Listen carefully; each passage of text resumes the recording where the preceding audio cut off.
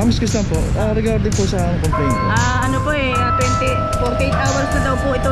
Nakaparada rito. Opo, 24 hours na daw po ilipat. So hindi po alam ng management ng bangko. Bali kanina umaga po sila na gano'n sa amin na humingi ng konting tulong. Nakipag-coordinate sa inyo. Nakipag-coordinate po sa barangay. Nandiyan na lang po lagi pangalan niyo po ano po, clamping.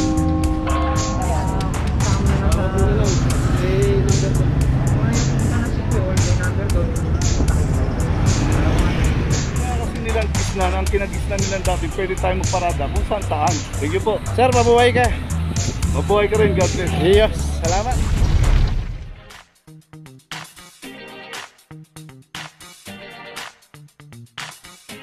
Papajo TV.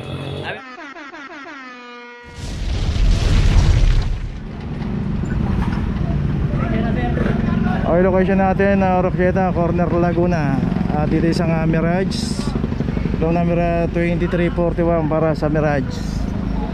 Dito rin sa kahaba ng Oroquieta, pay parking. Yun po yung parking attendant. Hanapin po natin. Dito po, pag hindi tayo nagbayad ng parking, tinatawag po tayo.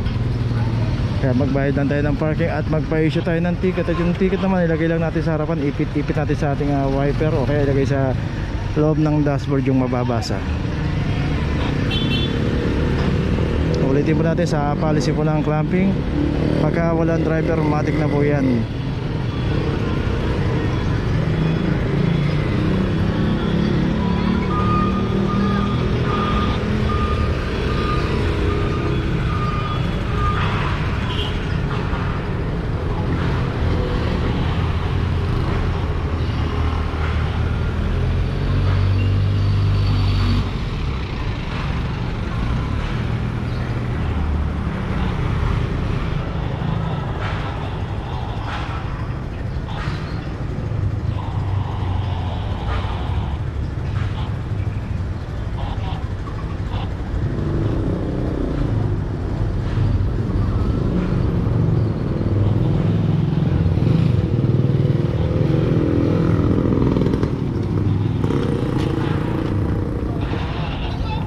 Okay, ito may notice na, tuloy na po tayo. Location natin Pinabal, corner de Los Reyes Street. Dito isang Innova. Dito rin sa kahabaan ng Pinabal, both side pay parking. Pero itong isang Innova hindi po nagbayad ng parking, kaya naklam 2327. Always pagkapaparada tayo sa mga pay parking, hanapin lang po natin yung parking attendant na naka-assign dito at magpa-assist tayo. At magbayad tayo ng parking, magpa-issue po tayo ng ticket para just in case na may mag-ikot po na clamping dito, kagaya ito, Team Mendoza, de Los Reyes, hindi po tayo mauhuli.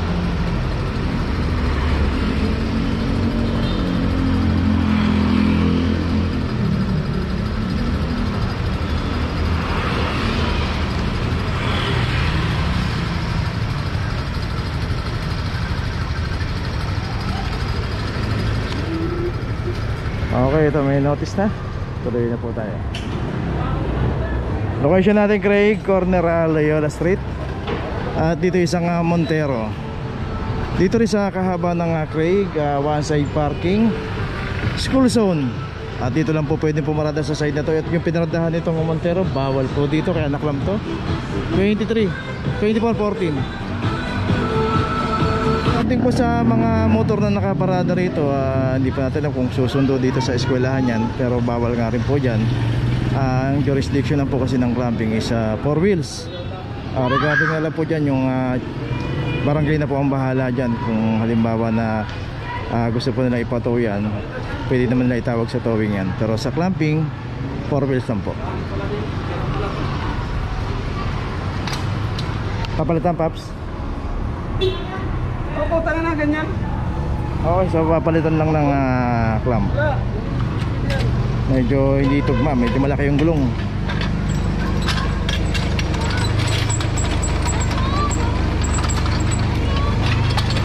Okay, nung pinalit 2319, nasasalpak na.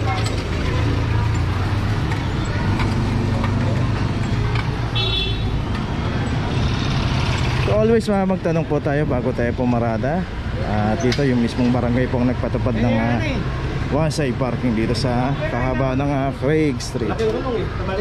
So maliit na gulong lang pwedeng isalpak yun at malaki yung gulong ng Montero.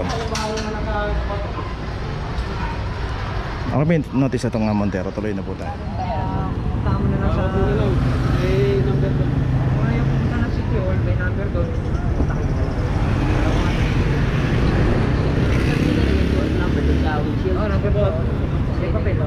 Okay. So si Kuya, siya may-ari ng Montero na club doon sa, ayan, sa Craig. Okay, tuloy na po tayo. Gito Asong, corner San Diego Street. Dito yung mga nakaparada rito. Nakita natin ginagawa o nire-renovate itong isang mall dito. Dito nagparadaan sila. Akala nila dito walang nanghuhuli, pero nasa mabuhay din po sila pumarada. Dito isang Nissan Navara Caliber 2330 at saka yung dalawa pa rito.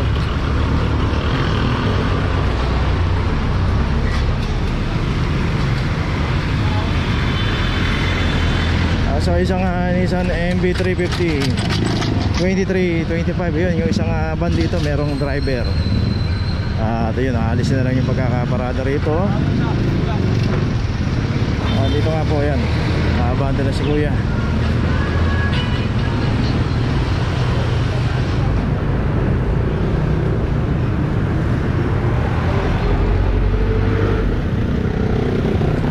So ganyan naman po pagka may mga driver. Hindi naman po basta-basta inuhuli, pero huwag lang po tayong papasiguro kasi minsan gago. Okay, ito natin, napaka late lang ng kalsada ng Gito Ason. Huwag lang po natin paradaan, lalo na to. Ito na nga lang yung magsisilbindahan, napaka-late na bangketa. Harangan pa natin. Ito, meron na rin notice sa dalawa lang yung naklab dito. Tuloy na po tayo. Location natin yung Paredes Street, corner Lerma. Dito naman isang Toyota Vios.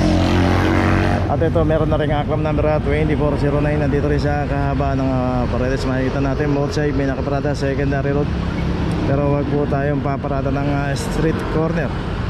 So yun, makita natin sa kabila. Yan na po yung Nicanor Reyes. Papunta po ng Moraita. Yung Moraita. Ito going to Quiapo. Pagbaba tayo ng underpass. Ito Espanya Boulevard. So dito naman pwede naman tayo pumarada, basta wag lang pong kantong-kanto. Kasama po sa ini-issue ng notice yan na merong street corner na violation.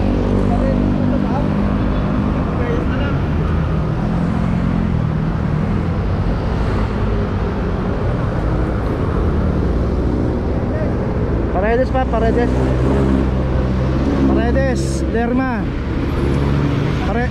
Paredes, Lerma.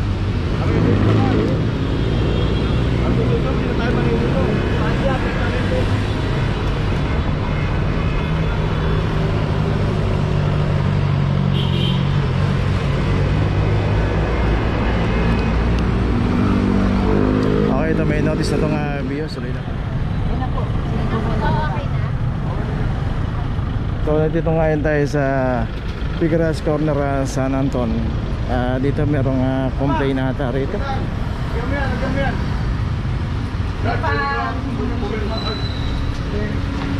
Ayun, so papipirmahan doon.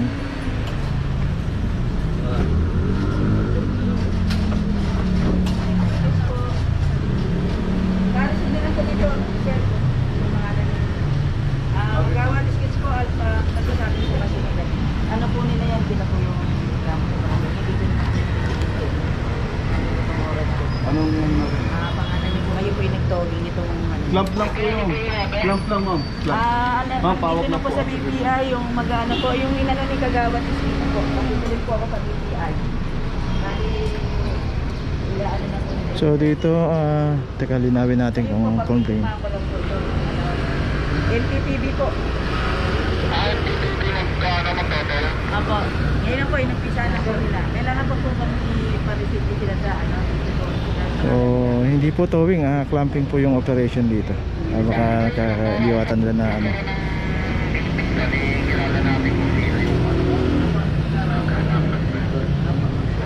So dito isang Toyota Rush dito.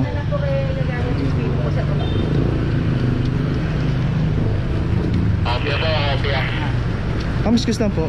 Regarding po sa complaint po. Ano po 48 hours na daw po ito. Nakaparada rito. Opo, 24 hours na daw po So illegal. hindi po alam ng management ng bangko. Bali kanina umaga po sila na gano'n sa amin na humingi ng konting tulong. Nakipag-coordinate sa inyo. Nakipag-coordinate po sa barangay na may naka-illegal park na 48 hours So sa harapan. ma'am, bali ang pagkakarinig ko kasi towing. So clamping po ito ma'am. Clamping po. Clamp po lang po ito.